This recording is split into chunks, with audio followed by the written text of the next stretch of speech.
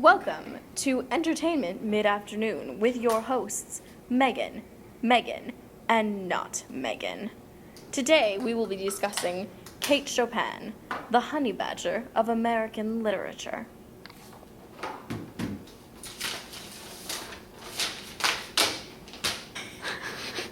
Hello and welcome to our gossip segment here at Entertainment Mid-Afternoon.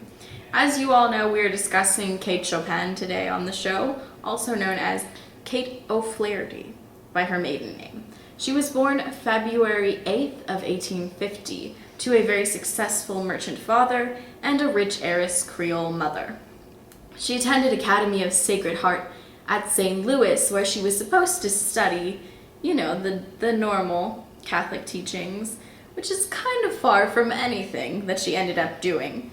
Kate was an expert at making friends and flirting, basically. She only had one female friend. Her name was Kitty. And since they were growing up during the Civil War, Kitty's family was very diehard Confederate. So in the year 1863, she had to move away from Kate. And that was the only female friend that she ever had. It's really kind of sad. But what she lacked in female friends, she more than made up for in male friends. No worries. She also, besides being very interested in boys, she was interested in writing, reading, and music. She became fluent in French and German. Also, another thing is that she was very brave and very bold. She didn't care what anybody had to say. Obviously, growing up during the Civil War, there was a lot of issue of racism, and in the background of some of her stories, there definitely is some of that racism there, but she's not afraid to address it. Unlike other authors, she meets it head on, and she takes on the challenge, basically. As most kids who grew up in Catholic school do, Kate became very skeptical of Catholicism.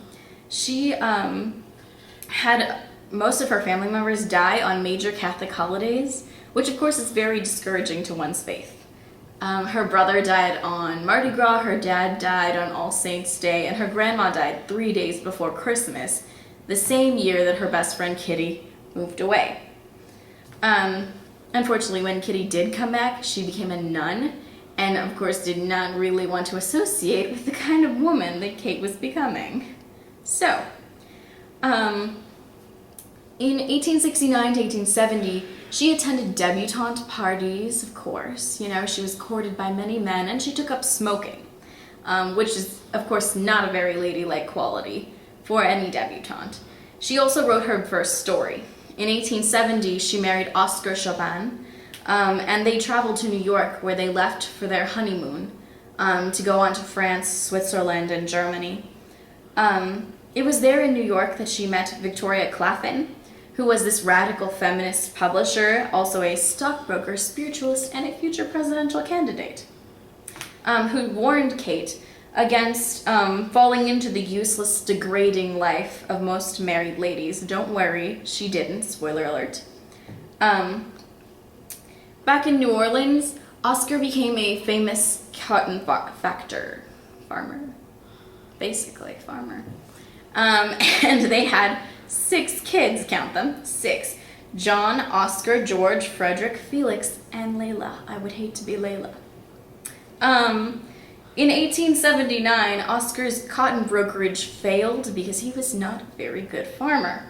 And he had to manage several other plantations as well as managing a general store, which of course for Kate meant a lot of exposure to a lot of very handsome, hard-working men. While she was married, she of course did not pursue that because of course she's a lady, but in 1882, when Oscar died of swamp fever, she was all over that. All over. She was great. Of course, she would also associate with the local common folk, and she had very many flings with people. Lots of people. Which kind of discouraged her against women of her class, along with the fact that she liked to smoke and she dressed in a very informal manner. But of course, her grace and charm kind of off-put that, and people couldn't help but try to befriend her because, you know, she was basically like the cool girl. Everybody wanted to be friends with Kate Chopin. When Oscar died, he left her $12,000 in debt. She stayed for 2 years and she managed his plantations and his store and took care of the kids. And then eventually she decided that she didn't want to deal with any of the debt. Like, she just didn't want any of it. So she moved back home, and her mom and dad, being rich, bailed her out, and she decided to live a very comfortable lifestyle. So she did. She was there for maybe like a year or two, and then her mom died, which was really sad, and she was super inconsolable. And her doctor friend, Dr. Kolbenheyer, who was actually the model for Dr. Mandelet in The Awakening, came over and he recommended to her that she take up biology and anthropology, like any good housewife should. So she started reading Huxley and Darwin and all those scientific things, and then he also recommended that she start writing fiction, which we all know she was very good at already. She started in 1888, and she began reading things like Maupassant and Sarah Orne Jr. and Mary E. Wilkins Freeman, who continued to be influences for her throughout her life. In 1890, she joined a social club. It was called the Wednesday Club, and it was run by T.S. Eliot's mom, Charlotte Stearns Eliot. Unfortunately, 2 years later, she decided to quit because she thought that the club was stupid. And so she quit and then continued to use the satire of club women in her books throughout her writing, especially in The Awakening, in the depiction of Mrs. Highcamp's daughter. In 1891 through 1897, she was a pillar of the community. She was a well-respected author, and she was published in very many magazines. However, then she published The Awakening in 1899. She was heavily censored for this because of her take on raw female sexuality. It conflicted with the standards of ladylike women at the time. Because of this, she was kicked out of the St. Louis Fine Arts Club, and she was very hurt. Because of this, she wrote very few publications afterwards. What she did write was a lot of children's novels, and she did take up coloring. She was a colorist, which basically means she filled in the color drawings of other illustrators in children's books. She was, however, very outspoken on female sexuality, and later in her life she became very unabashed by this. While some critics would criticize, because that's what critics do. While some critics would bash her for this and say, you know, oh, that's too much, that's not something that we're going to deal with right now, others praised her for it, although not very many at the time. She was not very well known, or not very nicely thought of after this. She spent 15 years writing 2 novels, over 100 sketches and short stories, all about people of mixed classes, because she liked to speak to the common folk as well as those on her own status. Usually they took place in Louisiana, although some of them did not. She's well summed up in a quote by Elizabeth Fox Genovese of Emory University, saying, "Kate was neither a feminist nor a suffragist. She said so. She was nonetheless a woman who took women extremely seriously. She never doubted the women's ability to be strong." Basically, she was out to do with her life whatever she wanted to do, and she wasn't going to let anybody stop her. This makes Kate Chopin basically the honey badger of American literature. Kate Chopin doesn't care. Kate Chopin doesn't give a fuck. And that's why we love her. Okay. Welcome to Entertainment Mid-Afternoon with your hosts, Megan, and not Megan. Today we will be discussing Kate Chopin, the honey badger of American literature. Good mid-afternoon, ladies and gentlemen. I'm Megan, and I'm here to tell you what's in this week. Surprisingly, it's women's rights. We'll see how long this lasts, right, guys? The women's suffrage movement has been gaining momentum for the past few decades. The new it girls of this first wave of feminism happen to be Elizabeth Cady Stanton and Dorothy Day. Now, feminism, for those of you who aren't quite sure what this crazy idea is all about, it's about the educational, electoral, and employment rights of women. These radical women are asking to be equal with the men. Some see this as kind of crazy and a little out of place for women in today's society. Now, feminism is also all about cultivating change and allowing for creative thinking. No one thinks more creatively than feminism's bad girl, Kate Chopin.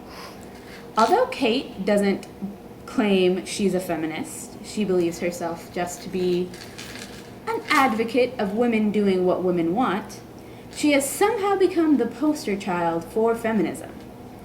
Kate Chopin has numerous short stories and 2 very interesting novels. So if you're looking to pick up a new book, Chopin's your girl. Are you heading to the beach this weekend? Try The Awakening, her best novel, in my opinion, all about a woman who's bored in her marriage and decides to have an affair, take up painting, run away from home, and basically leave all of her womanly responsibilities of keeping house and taking care of the family. If that's not quite your style and you'd rather read about the hopelessness of divorce, go ahead and try her second novel, At Fault. If large, thick novels really aren't your thing, she has numerous short stories, such as The Story of the Hour, which is all about selfhood and the meaning of love. The Storm is a very interesting novel, which takes place in one day and through the duration of one storm. And it's a little steamy, so you might want to read that one when you're home alone. If you're interested in reading about the manipulation of women, pick up A Pair of Silk Stockings. Not the clothing item, the short story by Chopin. If you need a new, strong, independent role model of a woman, go ahead and pick up Unthinus, which is an interesting name and a very interesting short story as well. One of her most suspenseful, most shocking short stories is Desiree's Baby.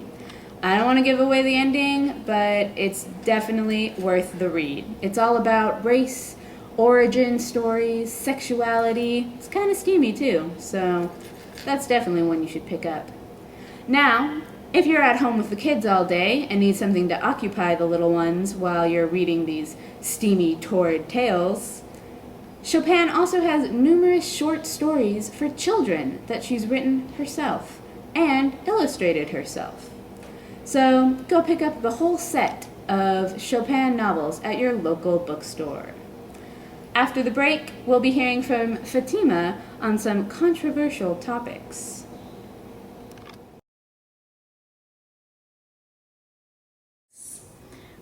She attended Academy of Sacred Heart in St. Louis, which is so ironic because she just, I don't know what to say about that.